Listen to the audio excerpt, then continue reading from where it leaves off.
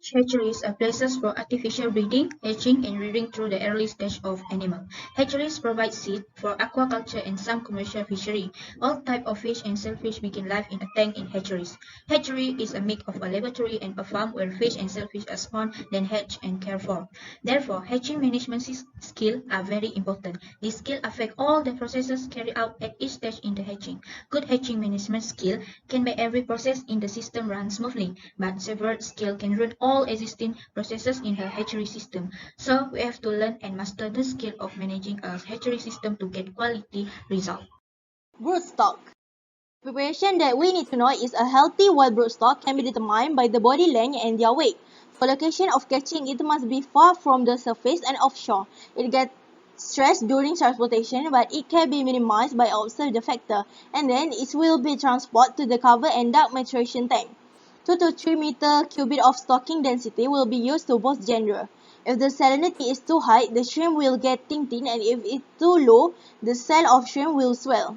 Isoablation is a removal of eye stalk, then usually applied on female shrimp to increase total egg production, increase mortality rate, and more. The diet should be squid, mussel, or supplement.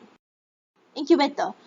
The function is to keeping the egg at a good water flow rate, mixing the egg with balance, keeping the oxygen flow in a good condition. To use incubator before hatching, the eggs are placed in fresh water and soaked for 30 to 60 minutes to allow dehydrated egg to fully absorb water and move into artificial seawater with a salinity of 3% to hatch. Since each fish species has its own method reproduction, the general life cycle of fish can be divided into 6 stages. Almost all fish species go through these 6 stages at some point.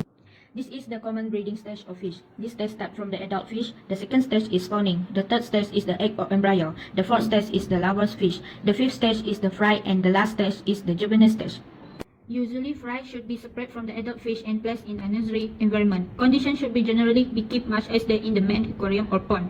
There should be some kind of cover for the fry so they are safe, secure, and free from stress. The aquarium should be filtered, but the pump should not be so powerful that it sucks in the fry. Several commercial baby fish food are available. Another option is to purchase a nursery. Nurseries are made of a bulk frame with a fine mesh netting for the walls and floor, or plastic grid for the same purpose. They are usually built to hang from the top lip of the aquarium into the water. The mesh or grid prevent the fry from escaping while keeping them safe from the larger fish. Artemia is also known as brown shrimp. Artemia is easy for operation, rich in nutrients, and small. Both Artemia strains have both oviparity and ovoviviparity, and females can switch reproductive modes from one ovulation to the next.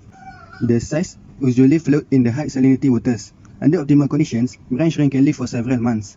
It is suitable for feeding fish and crustacean larvae live or after drying. Microworms refers to a group of microscopic white nematodes used as a feed for larval fishes. Anguillula, Silucea, and Panagrellus redivivus are the two most commonly used species in aquaculture. They are more size appropriate for a very small fry that are unable to eat baby Artemia. Microworms, especially Panagrellus redivivus, have been used successfully as a live feed organism in the larval culture of a variety of fish and crustaceans. Larvae care. There are 3 types of pond to take care of larvae. First, semi-intensive pond. In this pond, post larvae are not fully fed by artificial diet and some fish predator remain. Post larvae are commonly nursed for a few weeks in an earthen compartment which is 5 to 10% of pond area within the growth out pond. This enables the feed to be concentrated in this small nursing area, resulting in juveniles that are larger and thus better able to escape from remaining fish predator after release into the grow out pond. Second, intensive on-growing culture. Extensive growing out of shrimp is conducted in tidal area where water pumping is unnecessary. Ponds with an irregular shape according to land boundaries are generally larger than 5 hectares and easily constructed by manual labor for cost reduction. Shrimp feed on natural food that enter the pond regularly on the tide and are subsequently enhanced by organic or chemical fertilizer. If available, fresh fish or mollusks may be used as supplementary feed. Third, semi-intensive on-growing culture. Intensive farms are commonly located in non-tidal area where pond can be completely drained and dried before each stocking.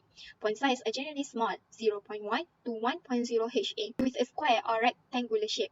Stocking density in range from 20 to 60 pl per meter square. It has heavy aeration, either powered by diesel engine or electric motor. It's necessary for internal water circulation and oxygen supply for both animal and phytoplankton.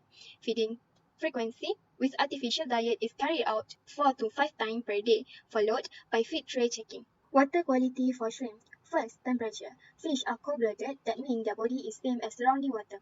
Temperature will affect shrimp growth and hormones. Second, low dissociative oxygen can result in poor appetite, growth, and poor health of fish. Third, the toxic waste product such as ammonia, nitrate, and nitrate must be removed from recycling holding system. Fourth, carbon dioxide.